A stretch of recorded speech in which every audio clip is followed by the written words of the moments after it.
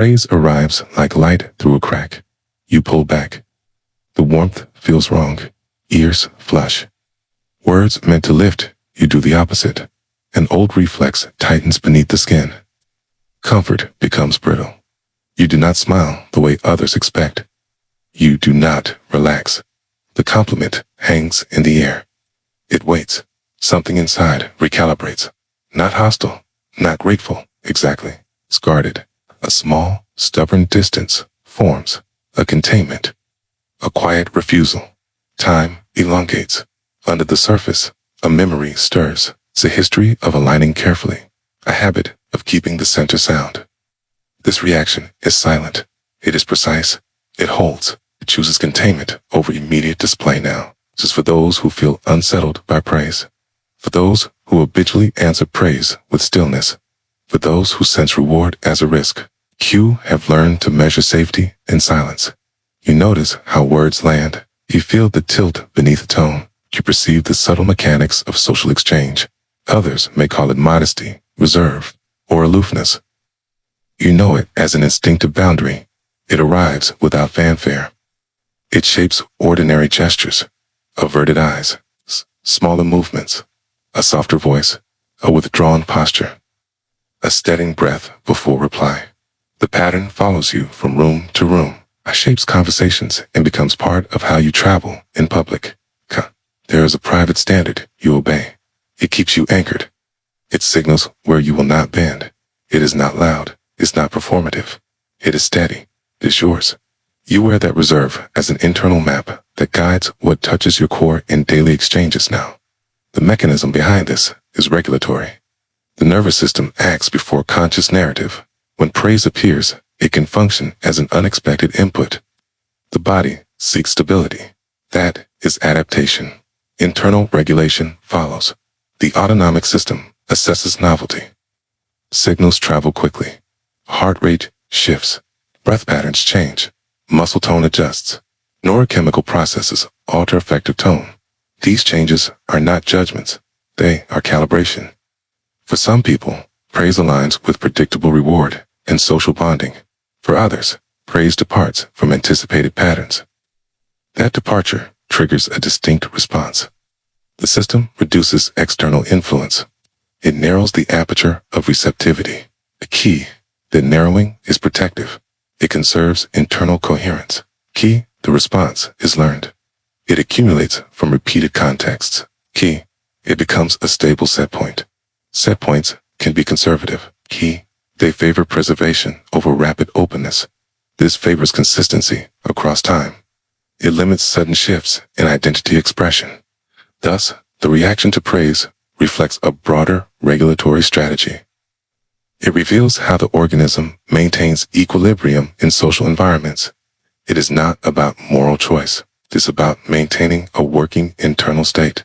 Understanding this restores neutrality to the reaction.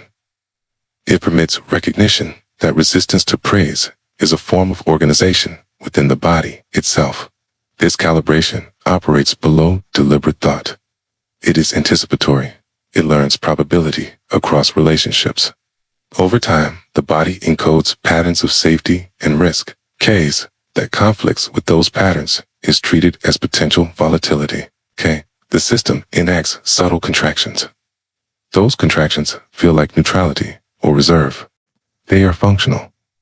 They organize perception and guide engagement in ways that preserve the inner environment. Steadily, society frames ease under praise as a sign of openness. It prizes visible delight and immediate acceptance. But cultural scripts simplify complex responses into tidy categories. When someone resists visible celebration, the resistance is labeled. Labels arrive quickly. They serve coordination at scale. They also erase nuance. The quiet response becomes an anomaly to correct. Social pressure then organizes around that anomaly. Correction can be subtle. It can begin as insistence on more expressive gratitude. It escalates into coaching of affect. The pressure insists that compliance equals trust. That insistence hides another dynamic. It converts relational moments into tests. Praise becomes an opportunity to measure conformity. The person who holds reserve finds themselves under gentle interrogation. That interrogation is often well-intentioned. It still demands alteration. Over time, repeated demands shape expectation. The social field narrows.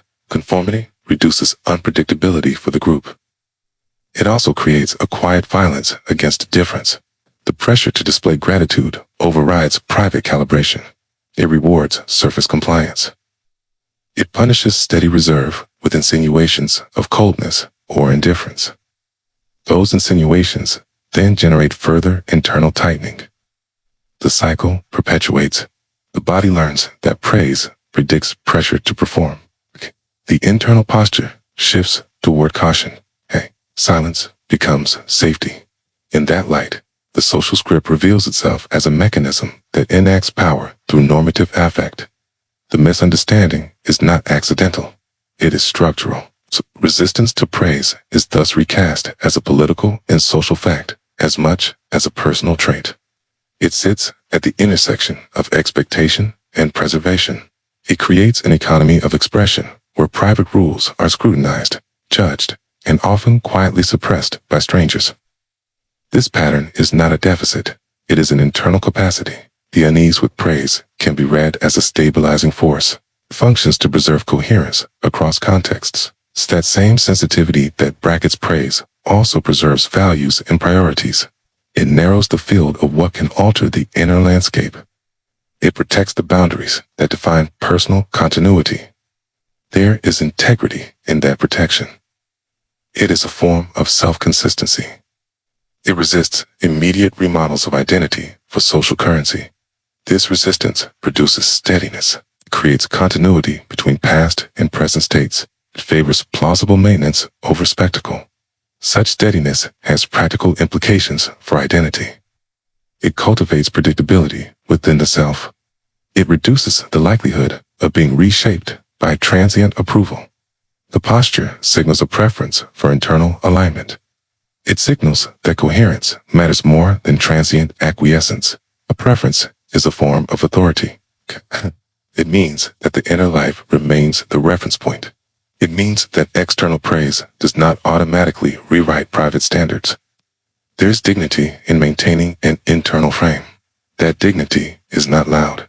It is quiet and exacting. It is a steady presence in the face of social tide. For those who live this way, the trait validates endurance of selfhood. It affirms that protection of core identity is a coherent strategy. That recognition exists as an enacted value. It stands as a simple acknowledgement of what already is. This posture carries competence in subtle form. It signals careful selection of what truly matters. It stabilizes relationships by preferring steady contribution to performative affirmation. It acknowledges inner law and honors disciplined discretion as a meaningful mode of presence. This is recognition, not an imperative. Comfort with praise is not an error. It is an adaptive stance that preserves inner order. It is an enduring posture of self-regulation, quiet, firm, unostentatious. The posture stands as its own logic. It does not seek approval. It maintains a private center. End of statement. This is a stable orientation that requires no apology and no explanation. Simply